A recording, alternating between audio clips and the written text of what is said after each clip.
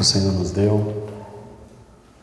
E nós vamos iniciar um tempo de estudos nas nossas quintas-feiras.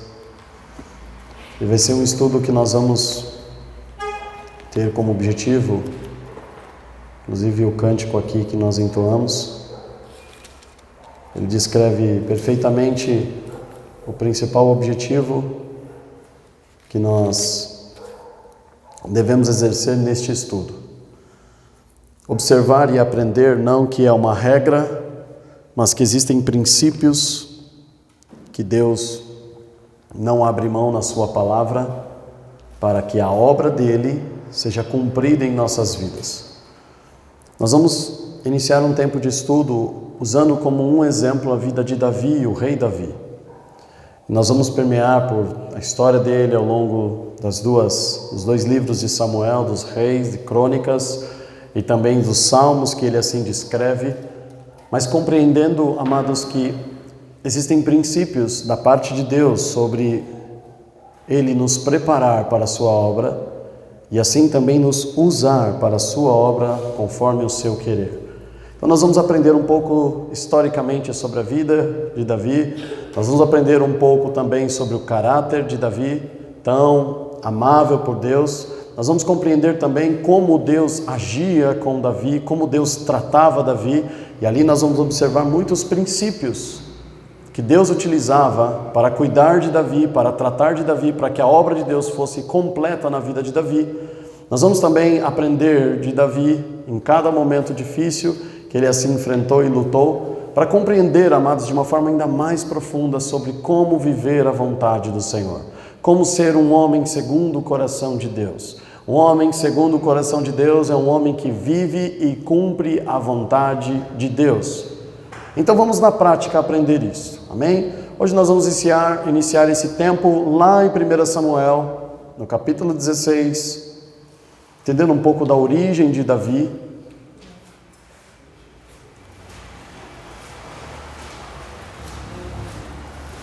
Davi é um dos personagens mais pregados, mais conhecidos na Bíblia. Davi, sem sombra de dúvida, é um dos principais personagens, não só do Velho Testamento, mas como de toda a Bíblia, no contexto geral, muito amado pelos judeus e também amado pelos cristãos.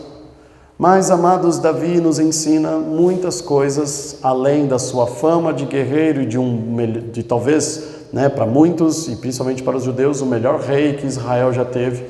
Mas Davi nos ensina muito sobre a sua vida, como compreender perfeitamente, como ser obediente perfeitamente à vontade do Senhor.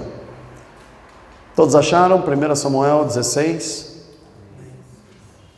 E talvez um dos homens que recebeu em honra nesta terra o maior prêmio que o homem pode receber. E esta maior honra que Davi recebeu, nós vamos falar lá no fim do nosso estudo, que deve levar ainda muitos meses aí para nós fazermos.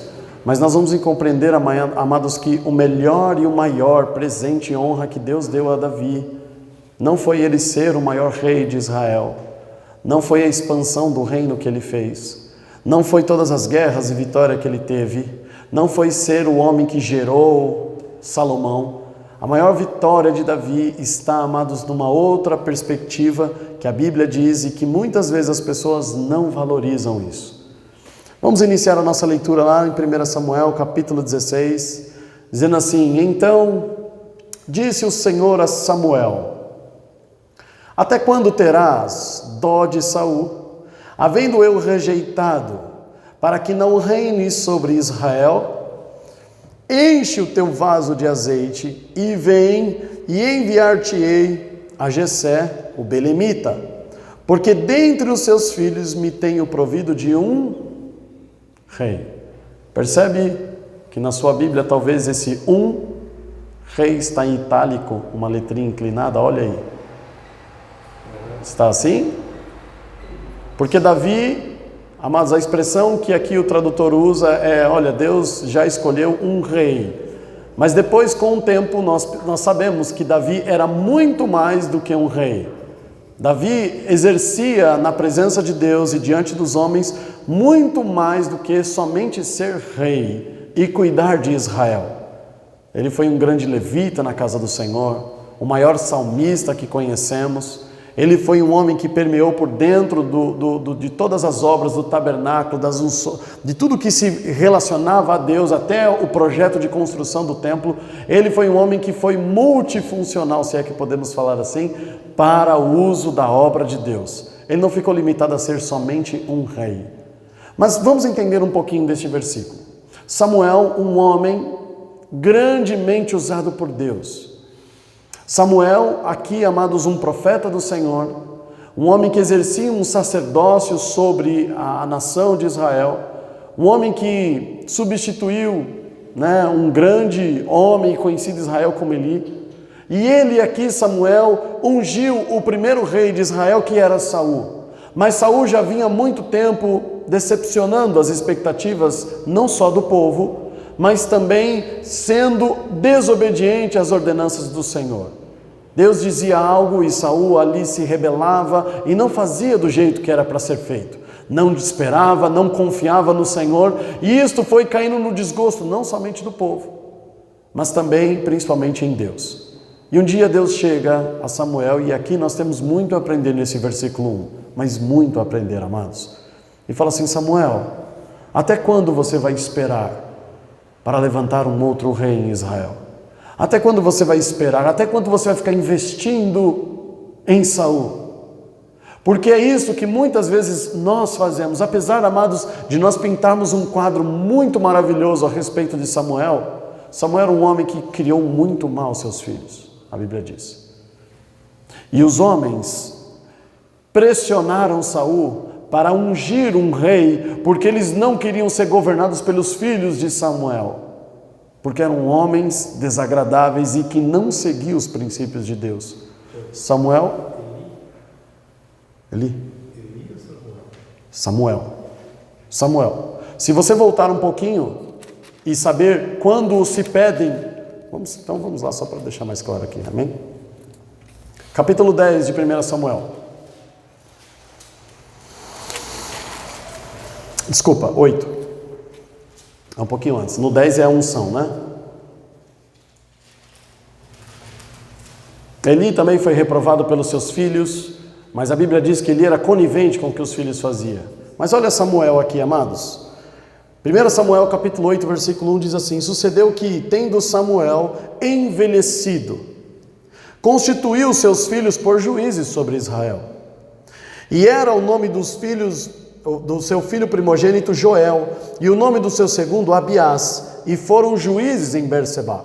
Ok? 3. Porém os seus filhos não andavam pelo caminho dele, antes se inclinavam à avareza e tomavam presentes e perverteram o juízo. Eles eram corruptos. Então, para se oferecer sacrifício, para exercer o seu ofício, eles pegavam dinheiro, eles cobravam das pessoas. Versículo 4.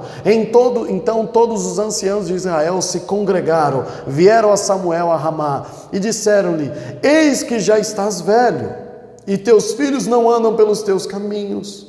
Constitui-nos, pois, agora um rei sobre nós, para que ele nos julgue, como tem todas as nações. Porque em todo mundo é assim. Todos os países têm um rei, nós não.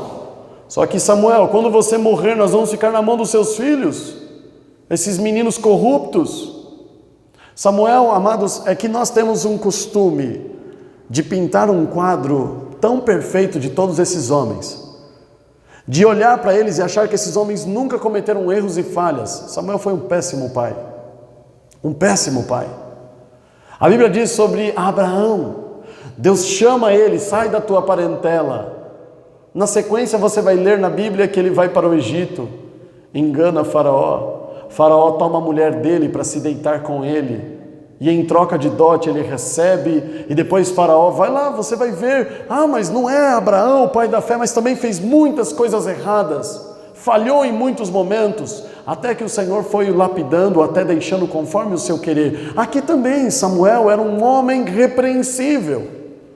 Os seus filhos estavam perdidos na corrupção, no seu ofício. O povo então pede um rei. Ele vai até a menor das tribos, e a família mais humilde da menor das tribos. Lá ele encontra um homem chamado Saul. Saul era humilde, era o melhor a ser escolhido naquele momento. Porém, Saul, quando se torna rei, a soberba cresce no seu coração e ele vai se perdendo ao longo do tempo. Então Deus chega para Samuel e fala: Samuel, até quando você vai continuar investindo em alguém que não quer nada comigo? Até quando você vai perder tempo falando, tentando ajudar, tentando consertar uma coisa que não tem conserto? Porque o cristão é assim. Nós investimos em gente que é dura. Nós damos tempo e atenção em pessoas que não querem nada com Deus. Porque é meu familiar, porque é o meu pai, porque é minha mãe, porque é meu irmão, porque é minha irmã, porque é meu tio, porque é o meu patrão, porque é um amigo meu, o meu melhor amigo de infância. Nós ficamos perdendo tempo com quem não quer nada. E um dia Deus chega para Samuel e fala: Samuel, até quando você vai perder tempo com Saul? Eu não tenho mais nada com ele. Eu não tenho nada com esse homem e você ainda continua insistindo na vida dele. Mas espera aí, se o nosso estudo é sobre a vida de Davi e a obra que Deus fez nele, por que então falar disto agora?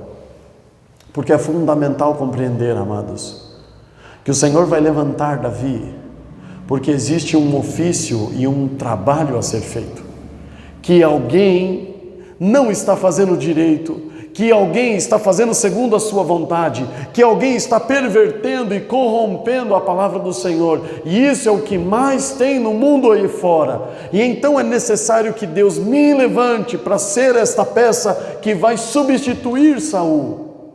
E o Senhor tem pressa nisso. Samuel ainda queria gastar mais tempo. Samuel ainda acreditava que não, mas a hora que acontecer isso, como nós fazemos? Eu sei que ele é assim, mas a hora que ele casar, ele vai mudar. Não mudou. Mas a hora que ele tiver um filho, você vai ver, o coração dele vai quebrantar e o Senhor vai... Não mudou. Teve filho e não mudou. E nós ficamos dando desculpa, como Samuel estava agindo, empurrando, tentando fazer com que Saul começasse a agradar a Deus. E Deus fala assim: eu já o rejeitei. Porque, amados, nós temos que realmente ter zelo das coisas de Deus.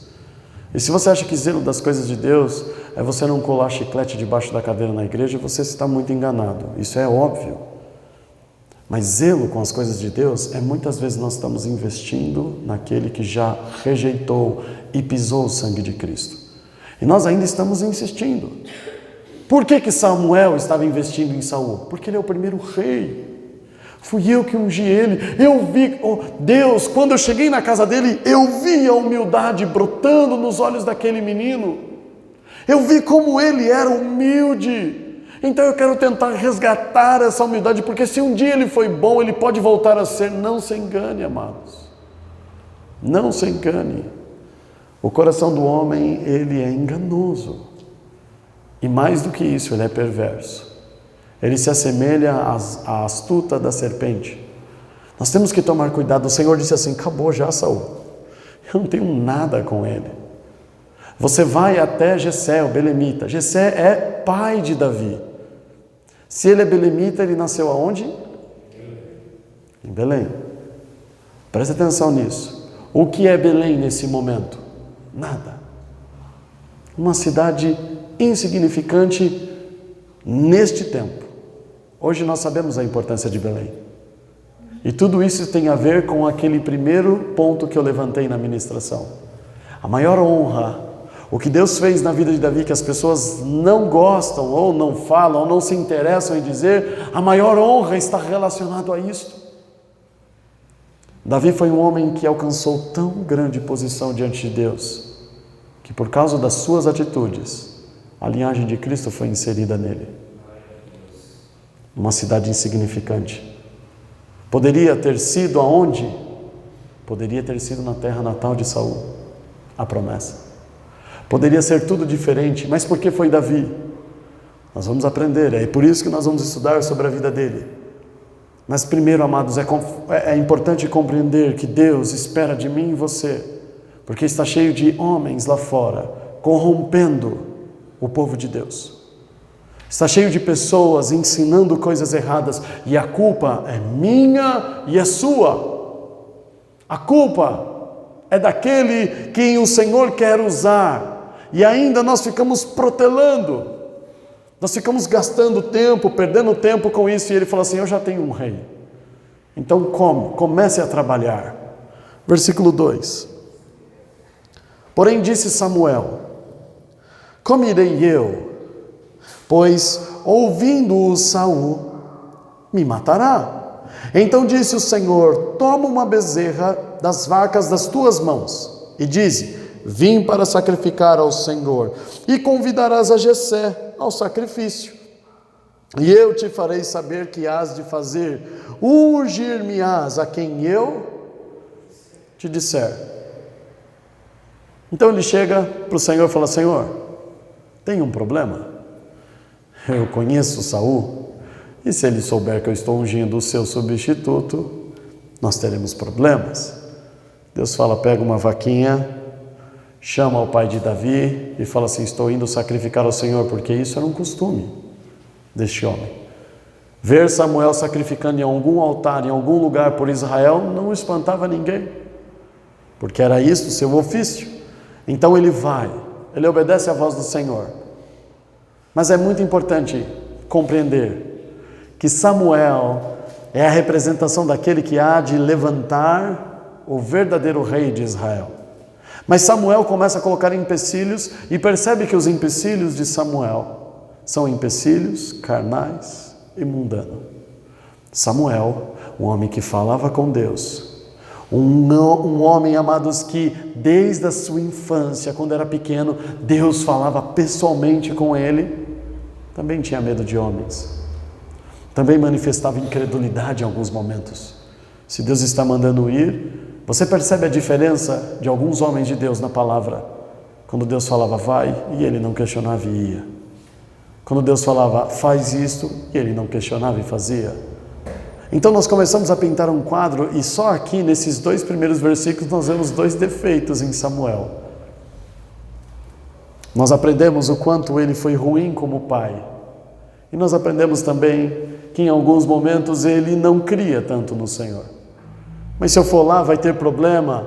Se Deus está mandando ungir o novo rei, simplesmente obedece. Ele então vai. E aí a partir do versículo 4 ele fala o quê? Fez pois Samuel que dissera ao Senhor e veio a Belém.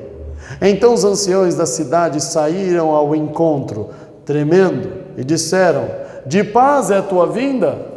Versículo 5, e disse ele, é de paz, vim sacrificar ao Senhor, santificai-vos, vinde comigo ao sacrifício.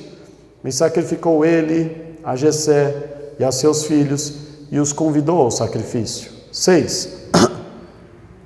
E sucedeu que, entrando eles, viu Eliabe e disse, certamente está perante o Senhor o seu ungido.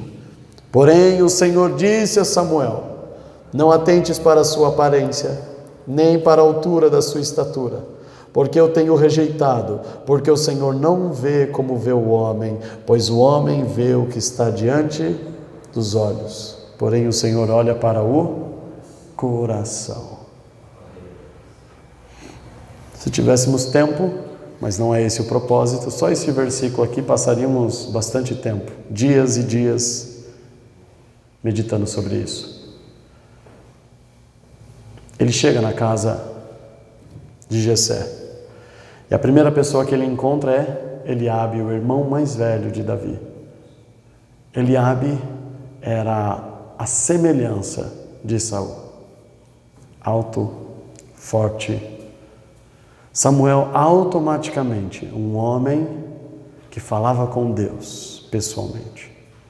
Automaticamente Samuel faz o quê? Com certeza ele, porque ele é igual. Preste atenção, amados, se ele é igual a Saul, por que Deus iria ungir ele se ele está depondo Saul? Por que que nós tomamos conclusões totalmente opostas à vontade de Deus de forma tão explícita e clara? Quantas vezes eu recebo pessoas me pedindo conselhos, e a pessoa pensa assim: pastor, eu queria fazer isto, e é tão óbvio que ele não deve fazer isto. Parece uma cegueira, é tão óbvio que isso não tem nada a ver com a vontade de Deus. Deus está dizendo assim: eu vou rejeitar um homem como Saul. O primeiro homem que eu encontro parecido com Saul, fala, só pode ser ele. Parece de uma tamanha ignorância de Samuel. Preste atenção. Samuel está acabando o seu tempo. Lembra que nós lemos no final do versículo 1? Davi não vai ser só rei político. Ele vai substituir Samuel. Ele vai substituir Saul. Ele vai substituir tudo aquilo que não está prestando em Israel. Deus vai colocar tudo em um homem só. Samuel, amados, um homem grandemente usado por Deus. Nós estamos aqui já no terceiro erro de Samuel. E, amados, não ache que ele está no início da carreira em Deus, o seu ministério com Deus, por isso ele está falhando muito. Amados, aqui ele já estava avançado em idade, ele já estava no fim da sua carreira, cometendo erros grotescos. Se Deus rejeitou Saul, por que ele quer ungir um homem igual a Saul? Mas nós não vamos nos deter nisso.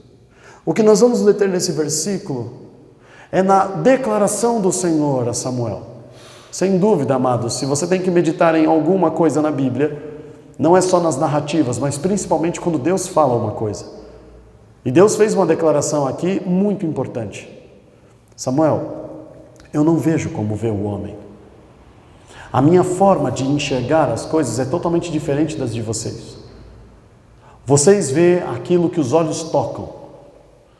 Vocês enxergam a aparência, o que está no exterior. O que eu vejo são as intenções. O que eu vejo é o próprio puro coração do homem. Como então nós temos que mudar a nossa visão? De que forma eu consigo enxergar como Deus enxerga?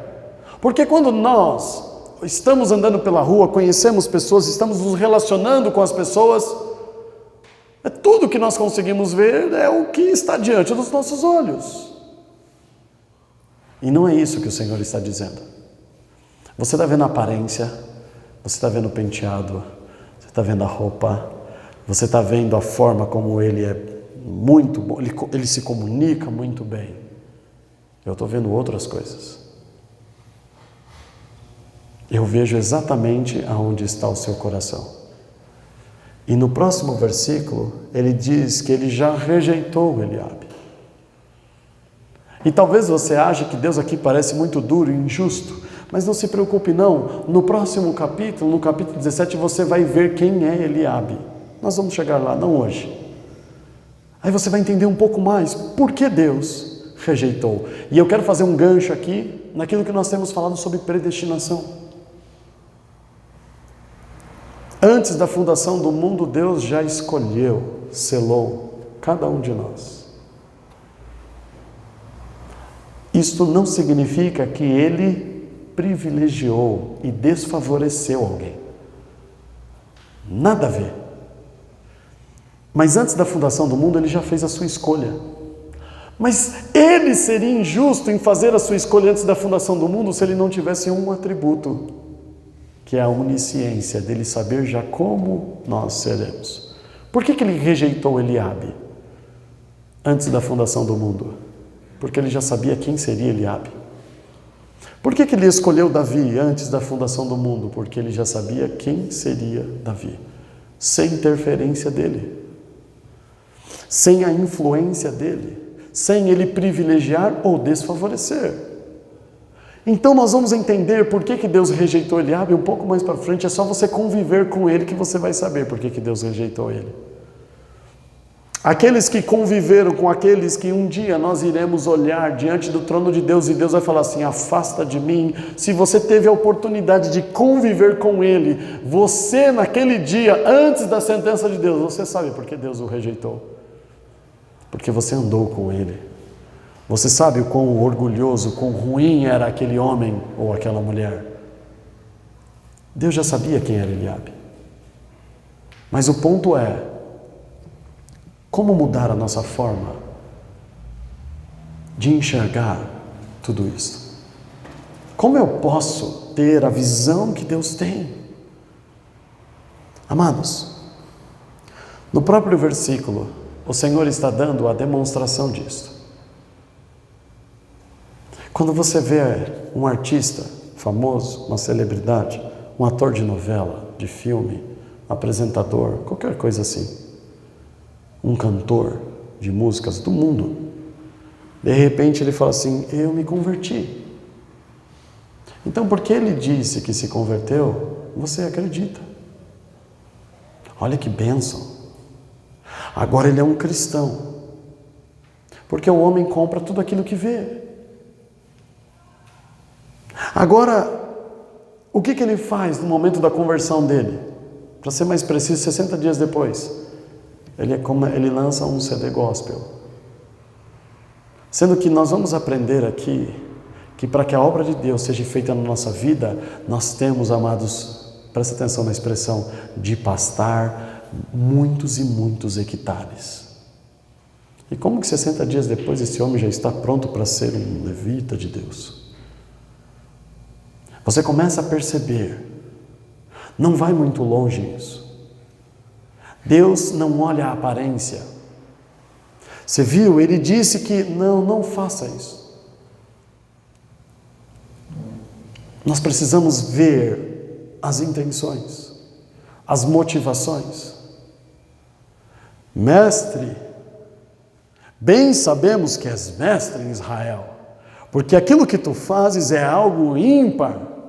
Só alguém enviado por Deus, se você não nascer de novo, Nicodemos, você não vai para o céu. Não vamos perder tempo. Você não veio de noite, não veio aqui de madrugada, escondido para me elogiar. Você veio aqui porque tem alguma coisa te incomodando. Hoje eu recebi uma mensagem no WhatsApp. Como é que você descobre? Porque é incomum. Uma pessoa que conversa comigo muito pouco, me manda uma mensagem pedindo dinheiro emprestado e que devolveria ainda hoje no fim da tarde. Como é que você sabe? Porque aquilo não é normal. Aquilo não provém dela. Ela não tem esse tipo de atitude. Então eu falei assim, olha, não fique chateado, mas pode tentar com o outro, porque neste golpe eu não caio. E aí eu mandei uma mensagem para todas as pessoas que eu conheço que têm a mesma... Falei, olha, o celular dele foi clonado e estão tentando aplicar um golpe. Todo mundo começou, realmente, eu estou recebendo mensagem dele, Como é que você descobre? Não, nossa, ele está pedindo dinheiro. Nossa, faz 2 anos que eu não falo com ele, mas por que eu não vou mandar um dinheiro para ele? Assim é o ser humano na sua vida comum. É assim que o homem faz. Ele vive olhando aquilo que está diante dos olhos. Ele não examina, como a palavra de Deus diz. O que a Bíblia diz que nós temos que fazer com as profecias que são dadas na igreja? Nós temos que parar, pôr à prova, examinar, olhar, ver se tem conexão com as Escrituras, para depois então dizer, que bênção que Deus falou. Não, o que a igreja faz? Glória a Deus, você viu o que Deus falou? Nem sabe se provém do Senhor. Então qual é a postura de Samuel aqui? Carnal. Olha, sem sombra de dúvida é esse. Por que você acha que é esse? Igualzinho a Saul. Mas Deus não está rejeitando Saul, por que ele quer levantar? É tão óbvio isso. É tão nítido isso. Para um homem de Deus como Samuel, não era naquele momento. Não era. Porque Deus, amados, não compra e acredita naquilo que é externo. Tudo, amados, e isso é um problema. As pessoas, amados, aqui na nossa igreja mesmo, às vezes eu vejo algumas pessoas fazendo algum comentário, e o que eu faço? Até por parte da capacitação, que é minha responsabilidade ter com os irmãos. Tem irmão que fala assim, pastor, eu estava vendo uma pregação, que eu gosto muito de ouvir a pregação do fulano de tal. Aí eu falo, meu Deus, aqui dentro, né? É mesmo? Você gosta? Gosto muito. Por quê? Ele fala umas coisas, ok, e aí eu vou dando corda, e eu falo, Senhor, como ele ainda não enxergou isso? Como ainda ele não percebeu? E eu não falo. Claro, dependendo da situação, se a pessoa fala assim, ele está dizendo que eu posso pular do precipício, é claro que eu vou socorrer ele. Eu vou falar, não faça isso. Mas é isso que eu estou falando.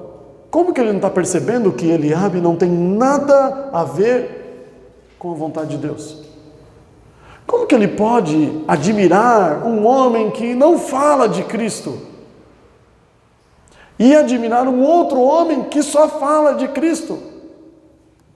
Se Samuel tinha sua visão perturbada em alguns momentos, por que nós não teríamos? Só porque falou Jesus, você está ouvindo, e está comendo, e está acreditando, porque não examina, vê, a primeiro momento é o que olha, já compra. Mas eu ouvi uma vez uma pregação desse homem e fui impactado, e Deus falou comigo, e aquilo que Deus me direcionou nessa pregação mudou muita coisa na minha vida. Glória a Deus. Um dia Saul também foi humilde. Um dia Samuel também falava exatamente aquilo que Deus trazia a ele, mas ele também começou a falhar. Por isso Deus está falando para ele, eu já resolvi isso tudo. Eu já tenho levantado um homem que vai ser levita, sacerdote, vai ser tudo, vai ser rei, segundo o meu coração. Que não vai se inclinar, que não vai em alguns momentos falhar como isso, amados. Não é porque de uma vez, de um momento, em algum momento na sua vida, aquilo aconteceu e foi bom, que você agora vai tirar como regra. Um dia a serpente salvou a vida dos hebreus de metal. E o povo achou que era para sempre. A mesma serpente que salvou o povo foi a mesma serpente que trouxe maldição para o povo. Porque era só para aquele momento. Só para aquele momento. Então, bom, se Samuel está dizendo que serve, serve. Quem disse? Nós não temos que olhar segundo o conselho dos homens. Nós não temos que olhar segundo a visão carnal dos homens. Nós temos que lutar para enxergar aonde Deus quer. E o que Ele quer. E como Ele quer. Esse é o desafio. Saber exatamente o que Ele quer. Saber exatamente que o que eu estou fazendo está alinhado à vontade dEle. Como eu posso descobrir? Só existe uma forma. Conhecendo o seu Filho. Se você conhecer isso daqui, se você realmente conhecer e viver por esta palavra, porque muitos homens conhecem e conheceram esta palavra de capa a capa, na sua profundeza, mas as suas atitudes já não condiziam mais com isto. Recentemente eu ouvi um vídeo de um pastor que é uma das maiores, se não a maior referência no Brasil hoje, que se envolve muito com política. E estava tendo uma discussão, eu não lembro o nome desses rapazes aí. Então não é só por preservação aqui, que é uma referência de pastor coach, né, que tem nos dias de hoje. E aí ele falou assim, eu chamei ele para vir aqui. Falei, eu quero ter... Não, me desculpe, errei. Ele disse que esse rapaz procurou ele. Aí ele fez assim, viu? Quem você pensa que é? Quem te ungiu para ter essa autoridade? Quem é a autoridade sobre você? Quem te deu autorização para fazer isso ou aquilo? Porque as ministrações desse pastor é recheada disso. Porque eu, meu amigo, eu estou há 50 anos fazendo isso aqui. O que vocês estão querendo fazer, eu já estou fazendo há 30 anos. Olha o orgulho no discurso. E ele está dizendo o seguinte, se você não foi ungido por alguma autoridade, por que você está fazendo? Eu perguntaria a esse pastor. Eu não estou defendendo o pastor coach, até porque os irmãos sabem a minha posição sobre isso. Mas a pergunta que eu faço é, quem era a autoridade espiritual que ungiu Saulo de Tarso? Quem foi o pastor que era a autoridade espiritual sobre a vida do apóstolo Paulo? A que ministério ele pertencia? Qual era a cobertura espiritual que ele tinha e de quem era? Se até rejeitado pelos apóstolos ele era. E fala, amados, com uma petulância como se fosse dono do reino. Deus humilha Samuel, a maior autoridade em Israel. Neste dia, a maior autoridade de Israel é humilhada. Por quê? Porque o coração está alinhado à carne. Que homem grande, bonitão, forte. Olha que rei imponente. Imagina esse homem no campo de batalha, levantando o exército, como os inimigos irão tremer. Começa a olhar de forma carnal. Aprenda uma coisa. É a primeira lição desse estudo.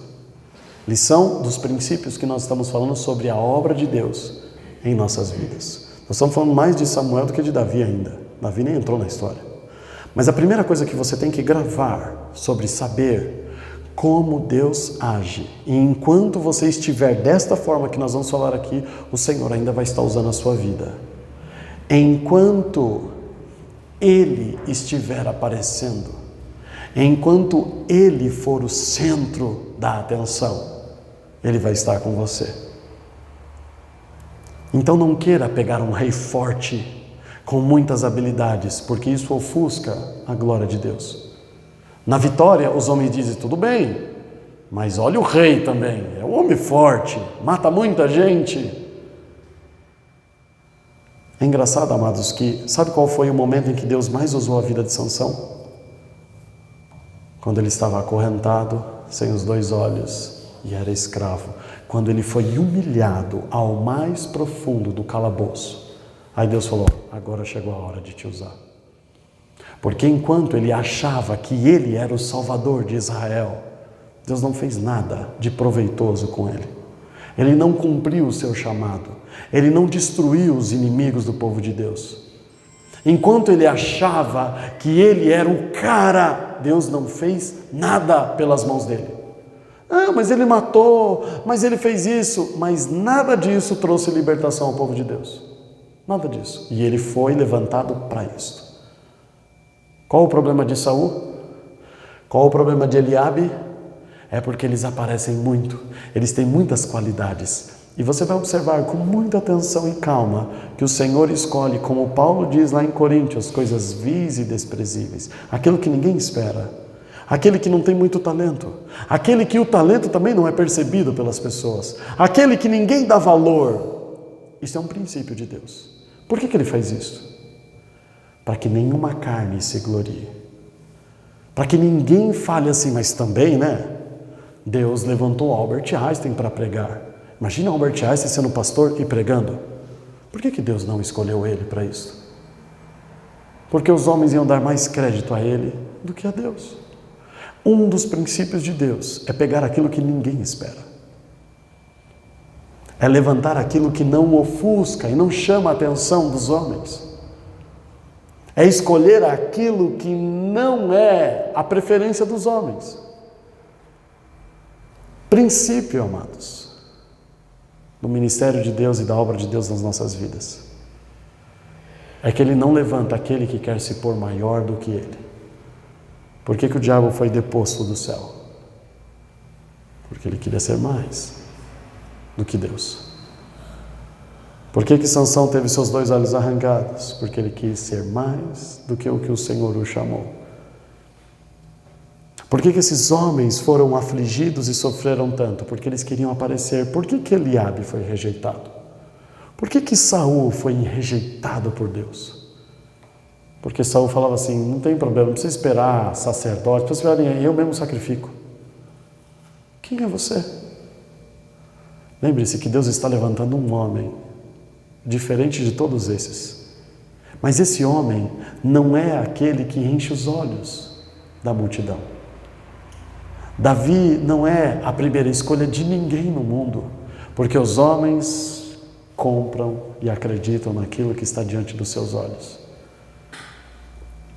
Amados, isso foi uma das primeiras coisas que eu percebi no início do exercício do meu ministério. Que as pessoas que com o passar do tempo eu via Deus usando e transformando mais, eram as que eu menos acreditava. As que menos eu achava que ia vingar. Aquela que eu falava assim, Senhor, isso aí é difícil. Claro, eu creio, tu tens poder, mas eram as que Deus fazia. E aquelas que estavam numa ascensão, num crescimento, e você olhava e falava assim, não, Deus murchava. Eu faço até, amados, uma declaração aqui, um testemunho, quando eu era criança. 5, 6, 7, 8 anos, 9 anos. Eu estava lá no Parque América, e eu era um dos piores aluninhos que eu tinha lá. Minhas professoras passavam uns problemas comigo lá. Mas eu tinha uns amiguinhos lá que eram fantásticos. Eu tinha uma irmã lá que era impressionante. Chegava no dia de falar o versículo, ela não falava o versículo, ela falava o capítulo. Mas não precisou o capítulo, mas eu memorizei o capítulo. E ganhava o bis, e eu não ganhava, porque eu não conseguia nem o versículo direito memorizar. E eu olhava os outros meus amiguinhos e tudo ali, tal. E as professoras abraçavam, que bênção, tal, e não sei o quê. Então tudo no mundo, perdido. É estranho isso. Mas esse é um princípio. Todo mundo depositava muita expectativa, porque parecia que esse avião ia decolar, ia longe. E aquilo ali, nada. Nada. Isso aí não vai dar em nada. Nem adianta, isso aí é jogar pérola a porcos. Eu vi com os meus olhos, os anos se passaram. E Deus levantou homens excelentíssimos daquelas classes. Mas nem todos foram aqueles que certeza, e aqueles, amados, tem muitos que ainda permanecem, que eram os bons, que estavam ali, e que continuam até hoje, mas por algum motivo, por alguma razão, se acovardam, se escondem, estão lá na igreja até hoje, faz 30 anos, estão lá. Mas o que é? Um membro. O que faz? Todo domingo está aqui. Só isso. Mas está aqui, não deixa os caminhos do Senhor. Mas o que poderia ser nas mãos de Deus? O que poderia ser com Deus? É aquilo ali. Aí tem hora que você acha que não vai. Não vai. Então, amados, não se esqueça disto. Isto é um princípio da obra de Deus. Ele não escolhe homens grandes para o mundo. Ele não escolhe aquele que o mundo aprova. Ele não escolhe as coisas que mais agradam as pessoas, aquele que assim é o preferido das pessoas. Ele não escolhe esse tipo de gente. Porque esse tipo de gente dá tudo que o homem quer, fala do jeito que o homem quer, age do jeito que o homem gosta. E a Bíblia diz, através dos seus profetas, aqui no Velho Testamento, que haveriam pastores que iriam falar exatamente o que o povo quer ouvir. Não faça isso, a Bíblia diz. É por isso que eles são queridos e amados. Por que Cristo não foi querido e amado? E por que o anticristo vai ser abraçado pelo mundo? Porque ele vai fazer exatamente o que o povo quer. Então, se todos aprovam, cuidado. Se diante dos olhos, a aparência, a forma, o porte, cuidado. Cuidado. Isto não representa nada para Deus. Nós vamos encerrar com o primeiro princípio, que nós vamos aprender de como Deus nos forja para ser o instrumento que Ele quer nas suas mãos. Primeiro, amados, Deus não levanta homens que divide com Ele a sua glória. Deus não quer homens que são ovacionados, amados pelos homens, pelo mundo, porque esses homens querem para si a sua glória. Como Gideão, amados, eu louvo a Deus pela vida de Gideão. Que homem! Gideão, você vai ser o meu instrumento para libertar o meu povo. Deus, o Senhor está me levantando para quê? Eu vou te usar. Você vai lá, nós vamos vencer esses inimigos aí e o povo vai ser livre. É para isso que o Senhor está me chamando? Sim, é para isso. Aí ele fala o quê? Senhor, eu creio no teu poder. Eu só não creio que eu sou capacitado. Aí faz a prova do algodão, né? 2 vezes. Nunca duvidou de Deus. Ele duvidou que ele era merecedor. Porque ele sabia que ele não era ninguém. O povo é liberto. A batalha é vencida. Um exército de quase 150 mil homens é destruído por 300. Uma grande humilhação ao inimigo. Tudo acaba. O povo de Deus está em festa, festejando. Glória a Deus, Gideão, que bênção! Aí o povo fala assim, Gideão, na euforia, você não quer ser nosso rei? Gideão fala assim, eu vou voltar para minha casa, vocês fazem o que vocês quiserem, quiser levantar esse cachorro aqui como rei, essa parede, faz o que vocês quiserem. Deus me levantou para libertar nós da escravidão. Estamos livres? Estamos, estou indo embora para casa. Acabou. O Senhor me levantou só para isso. Oh, rei, é uma boa proposta, por que não? Deus não quer homens que dividem a sua glória. Ele declara na sua palavra que a minha glória a outro eu não darei e nem a dividirei com homem algum. Então, amados, como podemos ser Davi? Como podemos ser segundo o coração de Deus? Começa em não querer ser a estrela desse mundo, em não querer ser o famoso, em não querer ser o mais conhecido. Às vezes algumas pessoas me falam assim, Diogo, por que você não faz isso aqui? Porque, cara, se você fizer isso aqui, vai bombar. Porque Deus não nos chamou para bombar. Deus nos chamou para ir, levar a libertação e voltar para o nosso lugar devido, como servos, como filhos obedientes. Só faz o que o Senhor mandou. Se Ele quiser, amados, tem uma coincidência muito assustadora nisso. Todos os pastores que eram uma bênção, que bombaram, hoje dá desgosto de ouvir. E aí, as pessoas veem alguém que é uma bênção e falam assim, tem que bombar. Por quê? Para depois virar um desgosto. Porque começa a dividir a glória. Os pastores que eu mais admiro hoje, que têm uma certa fama na mídia, nem se compara a esses aí que pregam um monte de besteira. Você vê um vídeo dele, uma pregação, uma palavra poderosa, tem 100 mil visualizações. Aí você vê um outro falando baboseira, tem 1 milhão.